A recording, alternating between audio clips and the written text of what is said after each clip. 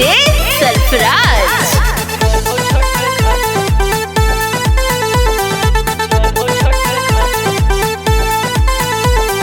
चलो छठ घाट होले अरघ के बेरिया, चलो छठ घाट होले अरघ के बेरिया, चलो छठ घाट होले अरघ के बेरिया। अब कतना पिया करबो तू देरिया, अब कतना पिया करबो तू देरिया। चलो छठ घाट होले अरघ के बेरिया,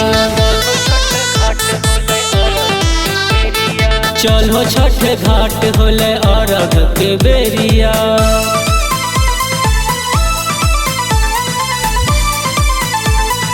बोला बोला दीनानाथ की जय।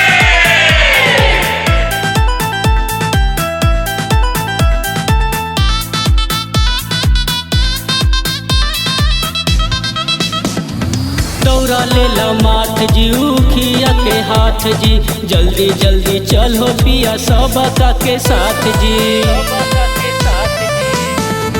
दौड़ा लेला माथ जी उखिया के हाथ जी, जल्दी जल्दी चलो पिया सबका के साथ जी। सुपवा में धरल हक फल फल हरिया, सुपवा में धरल हक फल फल हरिया।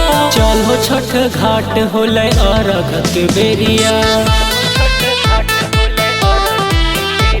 जी चलो छठ घाट होले अरघ के बेरिया, चलो छठी घाट होले अरघ के बेरिया।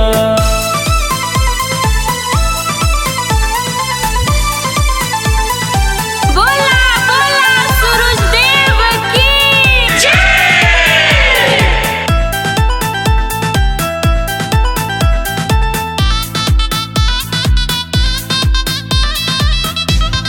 दोनों बेरा अर्घ देवे जैबे छठी माई के, घड़ी के ध्यान बोलेबे सूरज गोसाई के।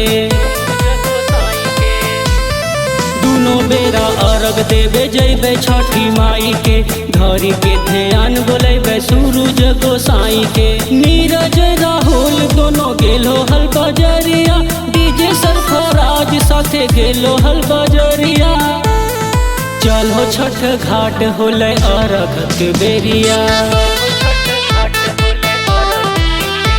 जी चलो छठ घाट होले अरघ के बेरिया, चलो छठी घाट होले अरघ के बेरिया।